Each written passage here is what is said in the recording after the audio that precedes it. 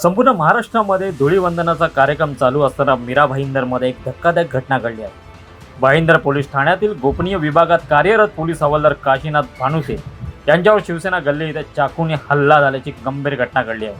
त्या हल्ल्यात ते गंभीर जखमी झाले असून त्यांच्यावरती रुग्णालयात उपचार सुरू आहेत। प्राथमिक माहितीनुसार शिवसेना गल्लीमधील बाबूभाई मिस्त्री चाळ येथे भांडण झाल्याची माहिती भाईंदर पोलिसांना मिळाली। त्यानुसार पोलीस हवालदार काशीनाथ भानुसे परिस्थितीवरती नियंत्रण आणण्यासाठी घटनास्थळी गेले असताना बाबू नेपाले आणि दिलीप भीमा बहादूर या दोन व्यक्तींनी त्यांच्यावर चाकूने हल्ला केला।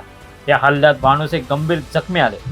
घटनेची माहिती मिळताच वरिष्ठ पोलीस निरीक्षक जितेंद्र कांबळे यांनी तातडीची कारवाई करत आरोपींना ताब्यात घेतले आहे। दिलीप भीम बहादूर आणि बाबू नेपाल या दोघांना अटक करण्यात आली असून त्यांच्यावर गंभीर गुन्हे दाखल करण्यात आले।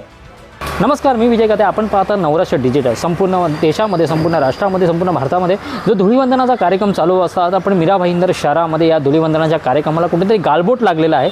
कारण मीरा भाईंदर शहरातील भाईंदर पश्चिम येथील जे गोपनीय विभागाचे आहेत काशीनाथ भानुसे या पोलीस कर्मचाऱ्यावरती एक हल्ला करण्यात आला आहे, जीवघेणा हल्ला करण्यात आलेला आहे। चाकूने त्याच्यावरती हल्ला करून 2 वार करण्यात आले। त्याच्यावरती रुग्णालयामध्ये उपचार चालू आहे। या संपूर्ण घटना कशामुळे घडली, का घडली, या संपूर्ण विषयाचा आपल्याला सविस्तरमध्ये सांगणार आहेत पोलीस उपायुक्त प्रकाश गायकवाड यांनी आपल्याशी संवाद साधताना काय सांगितलं आपण जाणून घेऊ। काल होळी निमित्त संपूर्ण पोलीस आयुक्तालयामध्ये बंदोबस्त लावलेला होता।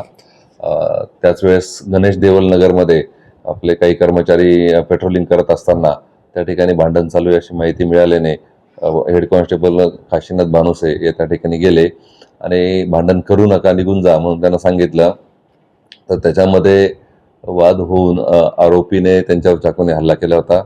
त्यांना तात्काळ हॉस्पिटलमध्ये आपण उपचारासाठी दाखल केलं आणि यातील जे मेन आरोपी आहे बाबू उर्फ कमलेश गुप्ता आणि दिलीप खाडका या दोघांनाही आपण अटक केलेला आहे। त्यांच्यावर जीवे मारण्याचा प्रयत्न करणे याप्रमाणे गुन्हा दाखल करण्यात आलेला आहे। सर, आरोपीने एकूण किती वार केले आणि आता सध्या प्रकृती कशी आहे कर्मचाऱ्याची? प्रकृती स्थिर आहे, ऑब्झर्वेशन खाली आहे, हॉस्पिटलमध्ये ऍडमिट आहे।